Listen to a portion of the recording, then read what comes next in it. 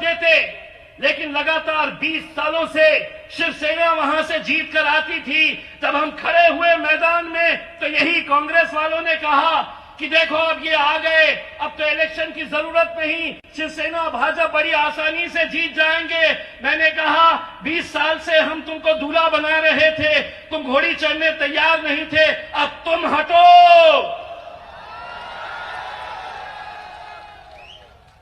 हम बताते हैं जीता कैसे जाता है। हम जब तिरंगे को भी लहराते हुए यहां पर देख रहे हैं तो इससे ज्यादा फख्र की क्या बात हो सकती है। किसी ने कहा है कि मजलिस अगर गुजरात में आएगी तो मजलिस के लिए यहां पर आवाम के दिल में जगह नहीं रहेगी, कोई आएगा नहीं। मैं तमाम कैमरामैन और फोटोग्राफर से ये दरखास्त करता हूं, जरा एक बार पीछे मुड़कर देखिए और एक तस्वीर निकालिए जब मेरी पूरी आवाम दोनों हाथ ऊंचे करके दिखाएगी कि हम कितने लोग यहां पर आए थे। कल छापना तो ये छापना, कल दिखाना तो ये दिखाना।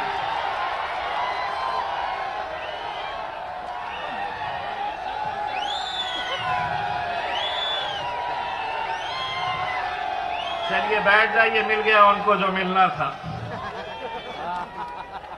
अब कितने छापेंगे, कितने दिखाएंगे, कितने छापेंगे, कितने दिखाएंगे। 1 मिनट के बाद मैं तमाम आवाम से ये अपील करूंगा, मोबाइल सबके हाथ में है, मोबाइल की लाइट चालू करिए, एक तस्वीर वैसे भी दिखाई जाएगी उन्हें कि कितने सारे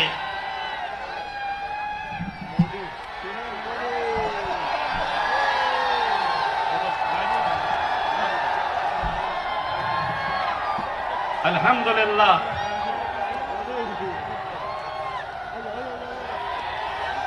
और उस रोशनी के ऊपर लहराता हुआ तिरंगा एक पैगाम देने के लिए आया है कि हम यहां पर सिर्फ इलेक्शन लड़ने के लिए नहीं आए हैं, बल्कि लोगों का दिल जीतने के लिए आए हैं।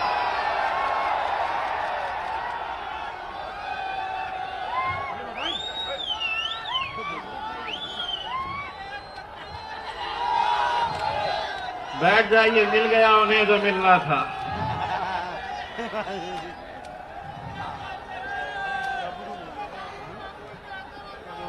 अब आपका काम हो गया है, अब मेरा काम। अब हम बैटिंग करने के लिए यहां पर खड़े हैं। चौके और छक्कों के अलावा हम रनिंग लेते ही नहीं हैं।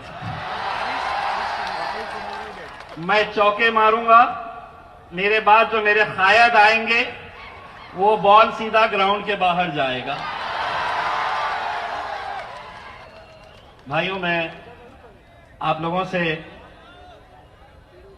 सबसे पहले तो शुक्रिया अदा करना चाहूंगा कि आप लोगों की ही मोहब्बत है जिसकी वजह से आज मजलिस इत्तेहादुल मुस्लिमीन यहां पर आपके बीच आई है। हम जब कुछ दिन पहले यहां पर पहली मर्तबा आए और यहां पर आने के बाद मैं और वारिस पठान जब कुछ लोगों से मिले, नौजवानों से बातचीत की, उनके जोश और जज्बे को जब हमने देखा तो मैंने उसी दिन रात में असद साहब को फोन करके एक बात कही। असद साहब को मैंने ये बताया कि अक्सर टीवी के अंदर हम एक ऐड देखा करते हैं, एक हीरो आते हैं और ये कहते हैं कुछ दिन तो गुजारो गुजरात में। आए हम, अब 2 दिन के अंदर क्या करके जाएंगे आपको समझ में आएगा हमारे जाने के बाद।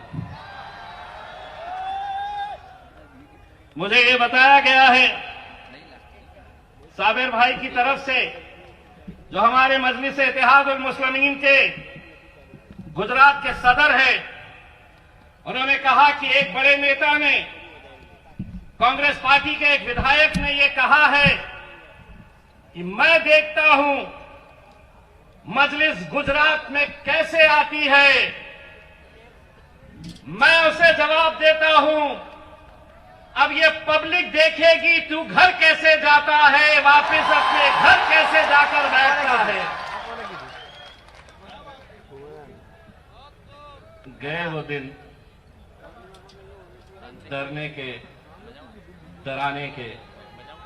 अब मजलिस इत्तेहाद उल मुस्लिमीन आई है, ईंट का जवाब पत्थर से देने की ताकत रखते हैं। अल्हम्दुलिल्लाह, जिस जबान में तुम बात करेंगे जवाब उसी जबान में मिलेगा। तुमने कहा कि मैं देखता हूं कि कैसे आती है मजलिस, जबान से जवाब दूं?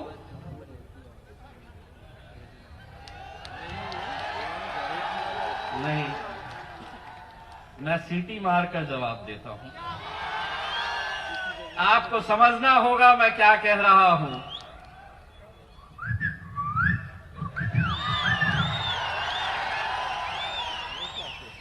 मिट्टू बेटे, मिट्टू बेटे, हम आए हैं। अगर इस देश के अंदर, इस मुल्क के अंदर अगर हर सियासी जमात को हर जगह जाकर इलेक्शन लड़ने का अधिकार है, तो एक पत्रकार ने आज असद साहब से पूछा कि आप गुजरात आए हैं, मोदी साहब के, अमित शाह साहब के गुजरात में आप आए हैं। एक बात अच्छी तरह से समझ लीजिए, जो सवाल कर रहे और जो ये समझ रहे कि ये राज्य, ये गुजरात हमारा है, तो हम सिर्फ गुजरात की बात नहीं कर रहे, ये मुल्क किसी के,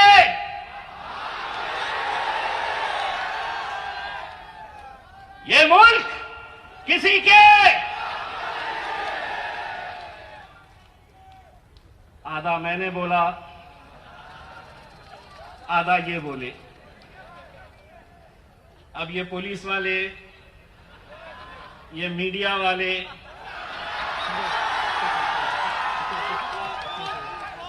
देखेंगे, इनको बीजेपी वाले पूछेंगे कुछ बोला क्या, कांग्रेस वाले बोलेंगे केस बनता क्या। अब हम इतने होशियार हो गए, आधा हम बोलते, आधा हमारी पब्लिक बोलती है। केस किस पे बनता? अगर केस बनाने के लिए जाएंगे तो क्या मिलता? बाबा जी का, क्या बोलते, बाबा जी का टुल्लू। अब हमको समझ में आ गया है कितना बोलना, कहां पे बोलना। और हां, हम गूंगे मुक्के बहरों की जमात नहीं है। इस मुल्क में अगर कश्मीर से कन्याकुमारी तक अगर हमारे नौजवानों को किसी ने यह सिखाया है कि अगर इस मुल्क में जीना है तो सीना चौड़ा करके, सर ऊंचा करके चलना सीखो।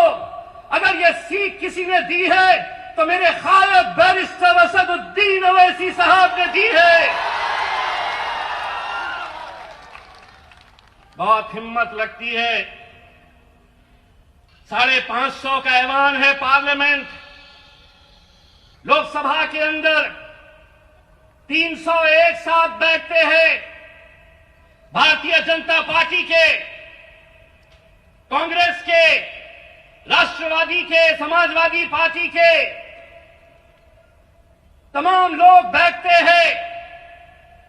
इतनी सारी तादाद उनकी, इतने सारे एमपीज उनके, हम कितने?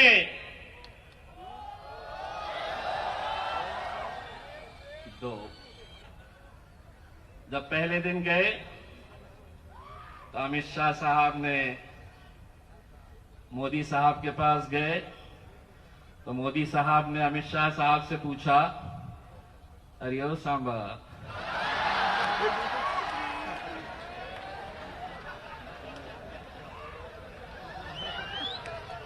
अरे ओ सांबा, कितने आदमी है रे? 2। सांबा भी जवाब सिर्फ 2 नहीं दिया। सांबा ने कहा है तो 2, लेकिन 200 पे भारी है। अभी ये जमात मजलिस इत्तेहादुल मुस्लिमीन आपके बीच में आई है मेरे भाइयों, तो इस यकीन के साथ आई है कि आप लोग अपनी मोहब्बतों से हमें नवाजेंगे। हमें मालूम है कि गुजरात में आने से पहले बहुत सारी बातों के ऊपर हमारी चर्चा हुई। हम यहां पर मोहब्बत का पैगाम लेकर आए हैं। हम यहां पर दोस्ती का हाथ बढ़ाने के लिए आए हैं। तमाम जाति, धर्म और मजहब के लोगों को यह बताने के लिए आए हैं कि हां, मजलिस इत्तेहादुल मुस्लिमीन मुसलमानों के मुद्दे उठाती है, लेकिन हम हमारे हिंदू भाइयों की भी उतनी ही इज्जत करते हैं। आज सुबह जब हम हमारे महेश भाई वसावा साहब और छोटू भाई वसावा साहब के घर पर थे, जिनके साथ हमने उनकी पार्टी के साथ अलायंस किया है, उनके साथ मिलकर हम ये इलेक्शन लड़ेंगे। जब महेश भाई स्टेज पर खड़े थे तकरीर देने के लिए, उसी वक्त अजान हुई। महेश भाई खामोश बैठ गए उस अजान का एहतराम करने के लिए। ये मेरे मुल्क की तहजीब है, ये मेरे मुल्क की संस्कृति है। इसी संस्कृति के अंदर, इसी तहजीब के अंदर हम पैदा हुए हैं। लेकिन आज मुल्क के हालात क्या है आप अच्छी तरह जानते हैं। महज सियासत की कुर्सी हासिल करने के लिए समाजों के बीच दरारें और दीवारें पैदा करो, हिंदुओं को मुसलमानों से लड़ाओ, मुसलमानों को दलितों से लड़ाओ। यही काम, यही धंधा अगर कोई कर रहा है तो मुझे कोई डर नहीं है ये कहने में कि पिछले 70 सालों से किसी ने इस मुल्क को इतना नुकसान नहीं पहुंचाया जितना कि नरेंद्र मोदी के राज में भारतीय जनता पार्टी ने पहुंचाया है। यह हकीकत है। लोग कहते हैं कि हमारी जमात सिर्फ हमारी नारे लगाती है, लेकिन मुझे खुशी है कि आज इन 21 कैंडिडेट्स के अंदर पारुल बेन मकवाना हमारी एक बहन है, बीना बेन परमार ये हमारी बहन है, और हम आप लोगों के ये जिम्मेदारी देकर जा रहे हैं। ये 21 सीटें आप जिताएंगे, लेकिन सबसे पहले खुशखबरी ये सुनाएंगे कि हमारी ये दोनों बहनें भी जीत कर आई है यहां से आप लोगों के बीच में। क्योंकि उन लोगों के मुंह पे हमें एक तमाचा मारना है जो हम पर उंगलियां उठाते रहते हैं। ये कहा जाता है कांग्रेस के बड़े बड़े नेता कि ये आए हैं और ये आए हैं तो इसको फायदा होगा, इसको नुकसान होगा। एमआईएम क्यों आई है? क्या कभी किसी और राजनीतिक पार्टी से पूछा है? नहीं पूछा है, क्योंकि तुम समझते हो कि ये कौम, ये आवाम तुम्हारी गुलाम है। इनका काम सिर्फ वोट देते रहना और सत्ता में जाकर वो बैठेंगे। लेकिन नहीं, अब वक्त बदल गया, हालात बदल गए। वो दिन गए जब हम बारातियों की तरह इनकी महफिलों में जाकर नाचते थे। अब दूल्हे भी हम ही बनेंगे, घोड़ी पर हम ही चढ़ेंगे। दूल्हे हम ही बनेंगे। मेरी भी शादी हो गई, वारिस की होगी, वारिस दूसरी कर सकता है, वारिस को बना सकते हैं।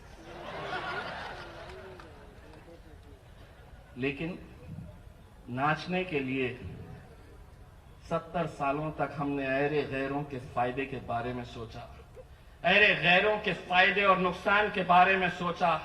लेकिन अब जो भी फैसला होगा, फायदा सिर्फ हमारा देखा जाएगा, हमारी कौम का देखा जाएगा, हमारी आवाम का फायदा देखा जाएगा। बहुत हो चुका है। अब हम दूल्हे जब बनेंगे तो नाचने इंशाल्लाह तुम्हें जरूर बुलाएंगे। कांग्रेसियों, भारतीय जनता पार्टी वालों, कितने सालों तक ये खेल खेला जाएगा? ये इम्तियाज जलील अगर आपके सामने आज एक सांसद बनकर खड़ा है तो मैं अल्हम्दुलिल्लाह आप तमाम का भी शुक्रिया अदा करता हूं। मुझे आपने वोट नहीं दिया, लेकिन मुझे यकीन है इलेक्शन के उस दिन जब काउंटिंग हो रही थी, तो आपने अपनी दुआओं से मुझे नवाजा, इसीलिए आज अल्हम्दुलिल्लाह ये जीत हमें नसीब हुई। ये जीत हमें नसीब हुई। और अगर हम लड़ेंगे ही नहीं तो जीतेंगे कैसे? मैंने खुद ने अपने औरंगाबाद शहर में 20 साल से लगातार शिवसेना जीत कर आती थी। शिवसेना सांसद कौन? तो शिवसेना का सांसद 20 साल से लगातार जीतते आ रहा। हम वोट किसको देते? मजलिस तो थी नहीं, मजलिस इलेक्शन लड़ी ही नहीं थी। हम कांग्रेस को वोट देते, लेकिन लगातार 20 सालों से शिवसेना वहां से जीत कर आती थी। जब हम खड़े हुए मैदान में तो यही कांग्रेस वालों ने कहा कि देखो अब ये आ गए, अब तो इलेक्शन की जरूरत नहीं, शिवसेना भाजपा बड़ी आसानी से जीत जाएंगे। मैंने कहा 20 साल से हम तुमको दूल्हा बना रहे थे, तुम घोड़ी चढ़ने तैयार नहीं थे, अब तुम हटो।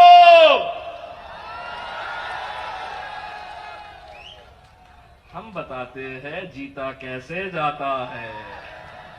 और अल्हम्दुलिल्लाह जब हम एक ताकत बनकर खड़े रहे, मुत्तहिद हुए, तो हमने ये दिखाया कि हमारी ताकत क्या है। और अगर हम औरंगाबाद में ये कर सकते हैं तो इंशाअल्लाह हम अहमदाबाद में भी करके दिखाएंगे। बस एक काम करना, बहुत सारे लोग आएंगे बहकाने के लिए।